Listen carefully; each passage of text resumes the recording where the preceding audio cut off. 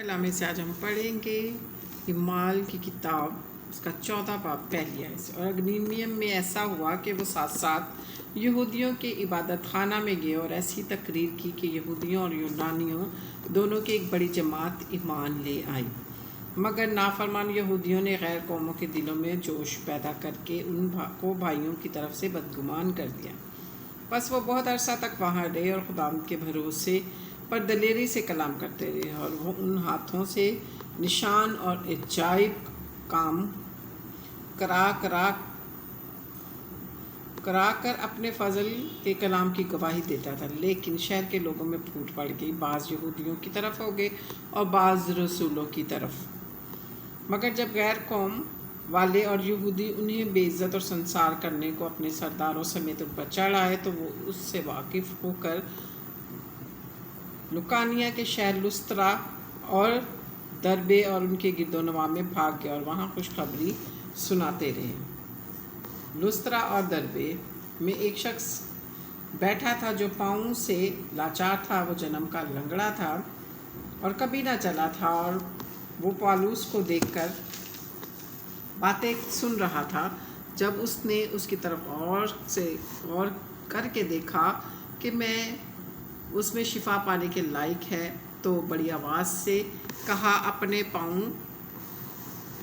के बल सीधा खड़ा हो जा। बस वो उछल कर चलने फिरने लगा। लोगों ने पौलुस का ये काम देखकर नकालियाँ की बोली में बुलंद आवाज़ से कहा, आदमियों की सूरत में देवता उतरकर हमारे पास आए हैं। और उन्होंने बरनबास को और ज़ेबियस को कहा और पौलुस को हरमिस, इसलिए कि ये कलाम करने में सबकत रखता था, और ज़ेबियस के उस मंदिर का पुजारी जो उनके शहर के सामने था, बैल और फूलों के हार फाटक पर लाकर लोगों के साथ कुर्बानी करना चाहता था।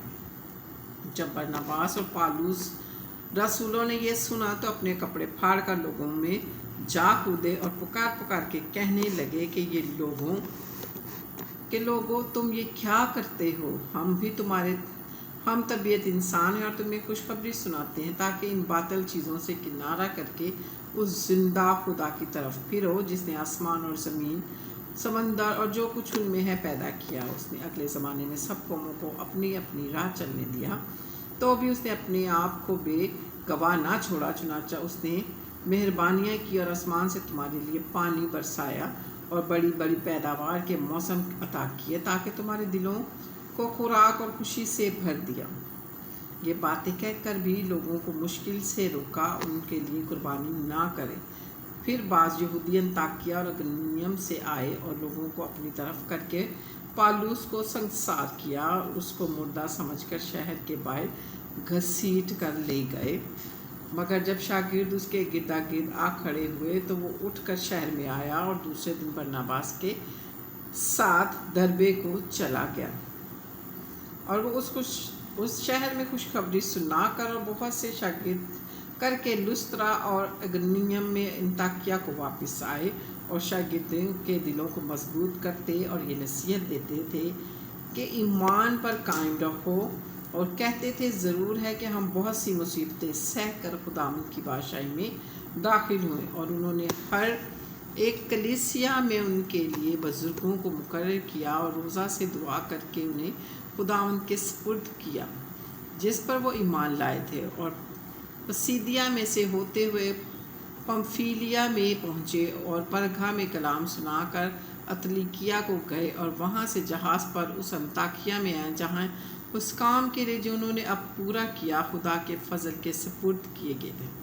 वहाँ पहुँचकर उन्होंने कलीसिया को जमा किया और उनके सामने बयान किया कि खुदा ने हमारी मार्फत क्या कुछ किया, और ये कि उसने गैर कौमों के लिए ईमान का दरवाज़ा खोल दिया, और वो शागिर्दों के पास मुद्दत तक रहे। पाकलाम के पढ़े और सुने जाने पर खुदा की बरकत हो।